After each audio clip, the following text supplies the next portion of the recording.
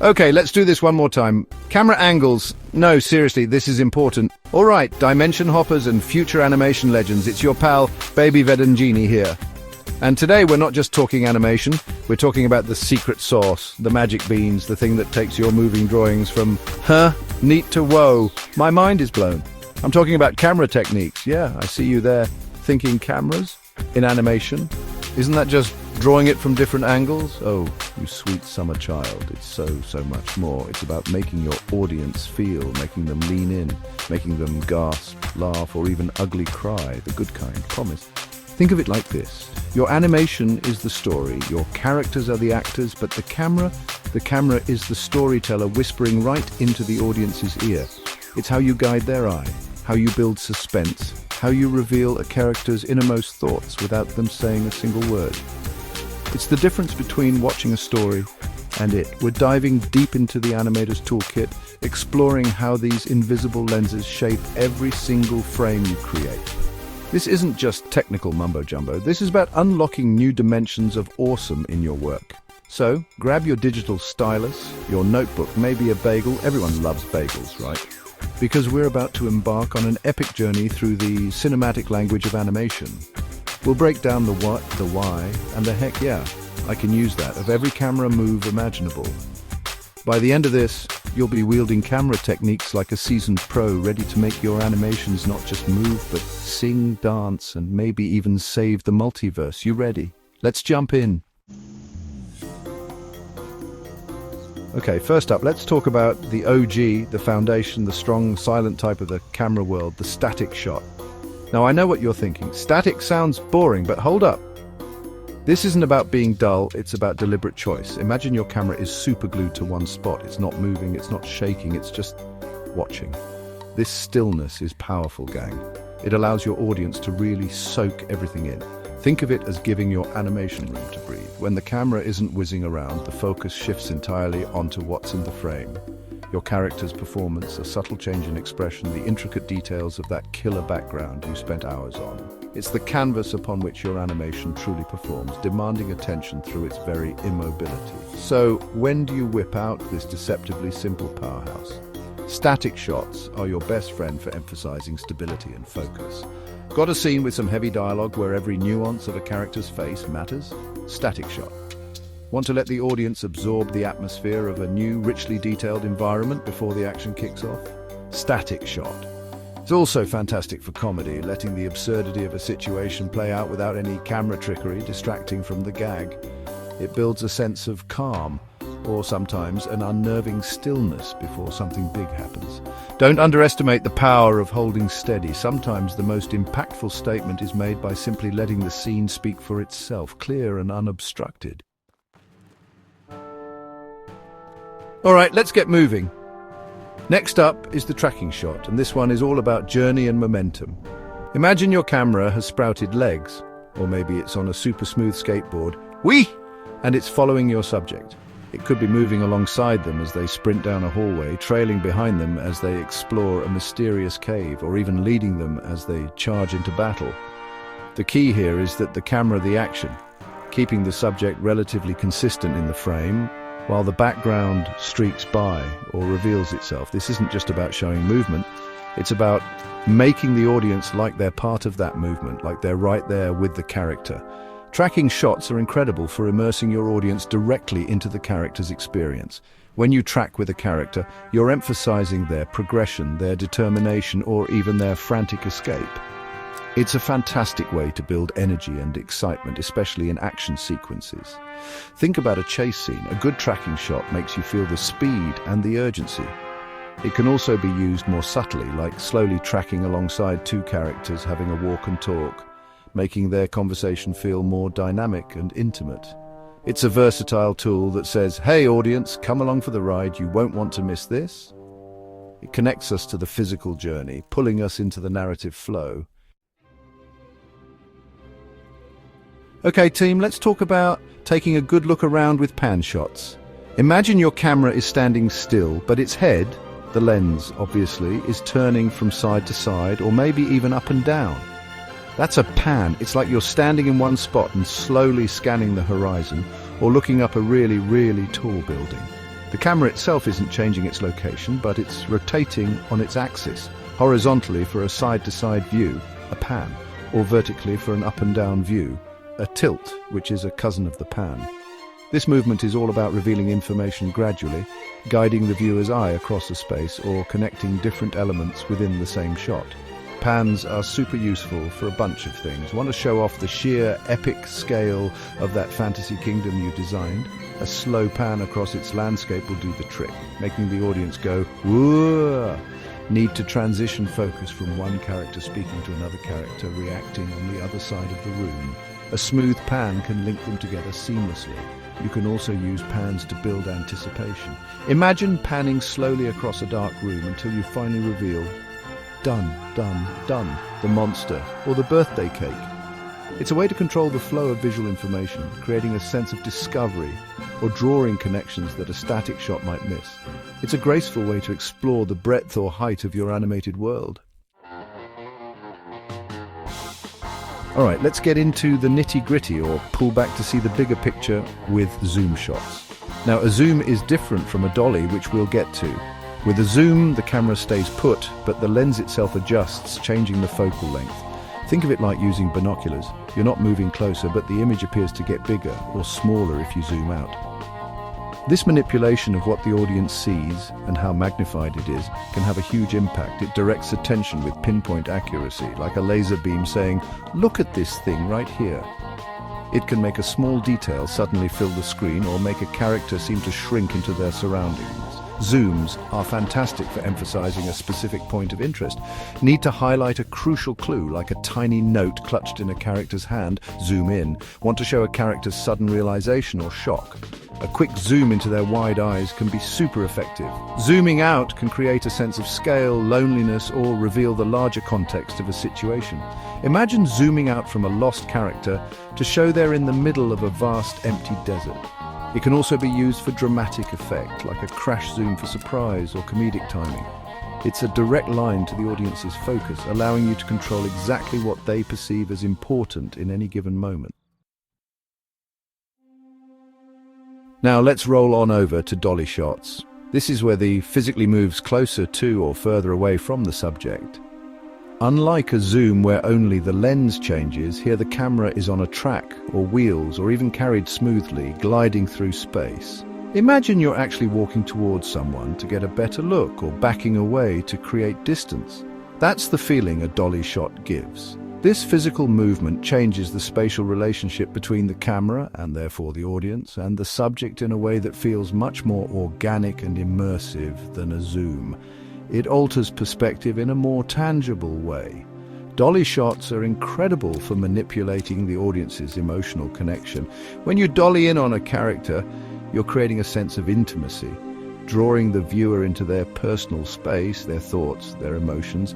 It can feel like you're leaning in to hear a secret. Conversely, dollying out can create a feeling of distance, isolation, or an emotional withdrawal.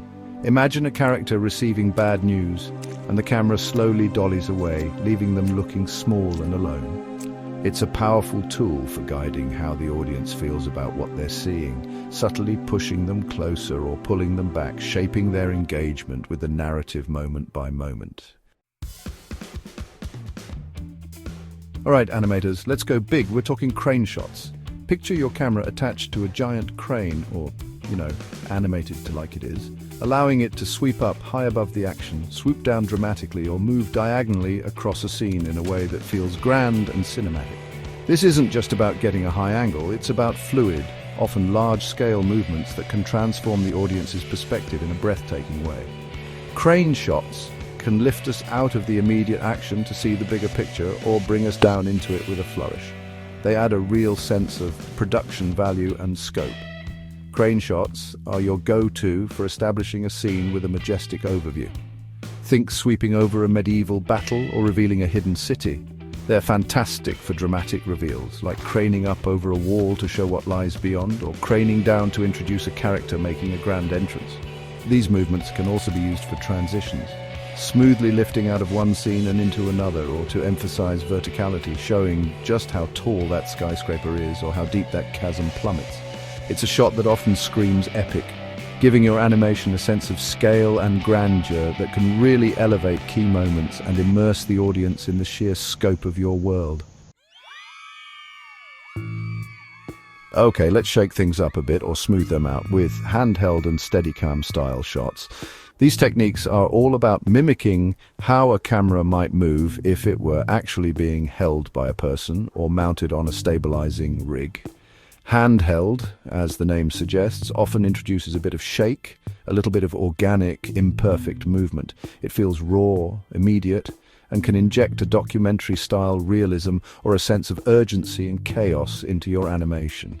Think of it as the camera being right there in the thick of it, maybe a little breathless, a little unsteady, just like a real observer might be. Then you've got the Steadicam style, which is like the super smooth cousin of handheld. It glides, it floats, it follows action with an almost eerie grace, eliminating jarring shakes while still feeling dynamic and mobile. This is perfect for those slick, flowing shots where you want to follow a character through a complex environment without any bumps, creating a sense of effortless movement and immersion.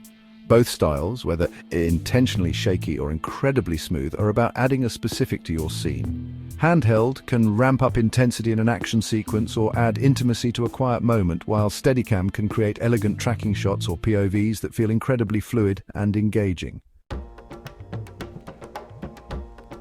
All right, let's get up close and personal, but with a friend. We're talking about the over-the-shoulder shot, or OTS for the cool kids. This is where your camera is positioned just behind one character, looking over their shoulder at another character or object. It's a classic, for a reason. It immediately puts the audience into the scene, almost making them feel like they're part of the conversation or interaction.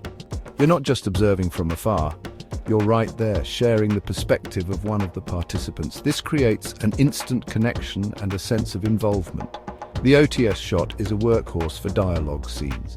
By framing one character over the shoulder of another, you can easily show both the speaker and a bit of the listener's reaction, or the back of their head, which still grounds the shot. This back and forth framing helps build the rhythm of a conversation and emphasizes the connection or disconnection between characters. It can also create tension. Imagine looking over a hero's shoulder at the villain they're confronting. The OTS shot subtly guides the audience's focus and makes them feel like an active participant in the on-screen relationship rather than just a passive observer. It's all about perspective and relationship dynamics. Okay, animators, ever wanted to your character? Well, the point of view shot, or POV, is as close as you can get without full-on method acting. This is where the camera literally takes on the character's perspective. What they see, the audience sees. If they glance left, the camera glances left. If they're running, the view is bumpy and fast. It's the ultimate tool for immersion, dropping your audience directly into the character's headspace and sensory experience. You're not just watching them for that moment. POV shots are incredibly powerful for building empathy and suspense. When you see the world through a character's eyes, you feel their fear as they creep down a dark hallway, their excitement as they discover something amazing, or their confusion in a chaotic situation. It's fantastic for action sequences. Imagine seeing a monster lunging right, that is, at you.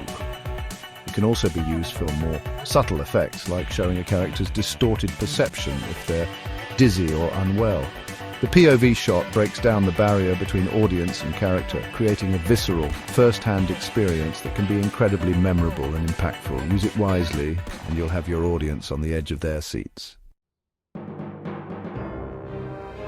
All right, let's get a little weird, a little tilted, a little Dutch. I'm talking about the Dutch angle, also known as a Dutch tilt, canted angle, or oblique angle. This is when you deliberately tilt your camera so that the horizon line isn't parallel with the bottom of the frame. Everything looks a bit slanted, a bit off-kilter. It's like the world suddenly decided to lean over for a quick nap. This isn't just a stylistic quirk, it's a powerful visual cue that tells the audience something is amiss, unusual, or just plain bonkers. It's an instant signal that we're not in Kansas anymore, Toto. The Dutch angle is your go-to for conveying a sense of unease, disorientation, tension, or a surreal atmosphere. Is your character feeling paranoid? Is the situation teetering on the brink of chaos? Is the villain particularly unhinged? A Dutch angle can visually represent that internal or external imbalance. Comic books use this all the time to add dynamism and energy to a panel, and it translates beautifully to animation. It can make a scene feel more dynamic, more unsettling, or even more heroic in a stylized way. It's a fantastic tool for breaking away from conventional framing and adding a distinct psychological or emotional layer to your visuals. Okay, prepare for a spin, because we're talking about the 360-degree shot. This is where the camera performs a full circle, rotating completely around a subject or a central point in the scene. Imagine a character standing heroically as the camera swirls around them, showcasing them from every angle, or the camera in the middle of a room, spinning to reveal everything and everyone in it. It's a move that screams big moment energy. It's dynamic, it's often dramatic, and it can be a real showstopper when used effectively. This isn't your everyday shot. It's reserved for those times when you really want to make an impact. The 360-degree shot is fantastic for emphasizing a pivotal moment or a character's significant realization. Think of a hero finally understanding their true power, with the world spinning around them as it sinks in. It's also great for showcasing an environment in its entirety, perhaps revealing multiple threats surrounding a character, or the full scope of a beautiful, intricate setting. It can create a dizzying, exciting effect during an action sequence or a dance number. Because it's such a noticeable and often complex move, you want to use it sparingly for maximum impact, making those key scenes feel truly special and cinematic. It's a full circle statement. All right, let's pull back and take in the grand vista with wide shots, sometimes called long shots or establishing shots. This is where your camera captures a broad view, showing not just your subject, but also a significant portion of their surroundings. Think of it as setting the stage. If your character is a tiny figure walking through a vast desert, the wide shot emphasizes the emptiness and their isolation. If they're approaching a bustling city, the wide shot shows us the scale and energy of the place before we dive into the details. It's all about context, location, and the relationship between your character and their world. Wide shots are absolutely crucial for establishing the setting and atmosphere of a scene. They tell the audience we are, and often day, night, stormy, sunny. They can convey a sense of scale, making mountains look majestic, or characters feel insignificant. They're also great for showing large-scale action where you need to see multiple elements interacting, like a big battle or a crowd scene. But it's not just for epics. A wide shot can also create a feeling of loneliness or freedom, depending on how you frame your subject within that expansive space. It's the shot that says, "Welcome to this world, take a look around." Okay, let's get right in there. No personal space bubbles allowed, with close-up shots. This is when your camera frames a subject very tightly, often focusing on a character's face, a specific object, or a small detail. If a wide shot is about the big picture, the close-up is all about the intimate specifics. It's like the camera is leaning in for a really good look, forcing the audience to pay attention to something you, the animator, deem incredibly important. This isn't just about seeing things bigger, it's about feeling them more intensely. The proximity magnifies everything. Close-ups are the undisputed champions of conveying emotion. A tight shot on a character's eyes can reveal fear, joy, sadness, or determination more powerfully than pages of dialogue. A close-up on a trembling hand can scream nervousness. They're also essential for highlighting significant details, the ticking clock, the dropped clue, the symbol on a ring. By filling the screen with a small part of the whole, you elevate its importance and draw the audience's eye directly to it. It's a shot that creates intimacy, intensity, and allows for subtle performances to shine. Use it to make your audience feel what your character feels, or see what your character sees as truly vital. All right, animators, you've learned the individual moves, the foundational steps, the secret handshakes of camera work. Now, what happens when you start mixing them all together like some kind of awesome cinematic smoothie?